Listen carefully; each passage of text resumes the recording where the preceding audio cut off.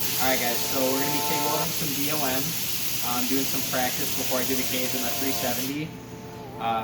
Right now, I'm welding with an Everlast 256D. It's just a AC/DC TIG welder. Currently we have the settings at 130 amps. I'm pulsing about 2 pulses per second. Post flow is at about 8 seconds for argon. We're using a number 12 cup and a number 2 ceriated 3/30 seconds electrode in this. Pretty standard for welding mild steel.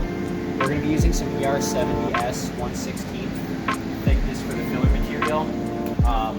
We went ahead and did that because we're doing 1/8 inch wall DOM mild steel, and the ER70 mainly because we're not doing chromoly, so we don't need to have a tensile strength of ridiculous amount.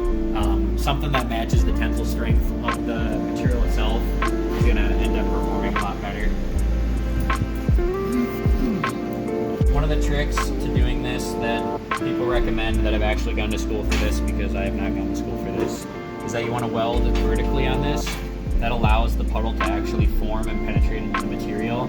If you're going to weld downhill, you're going to end up just like letting the puddle run with gravity, and it's not going to penetrate into the material very well. So let's go ahead and lay some beads and see how this goes.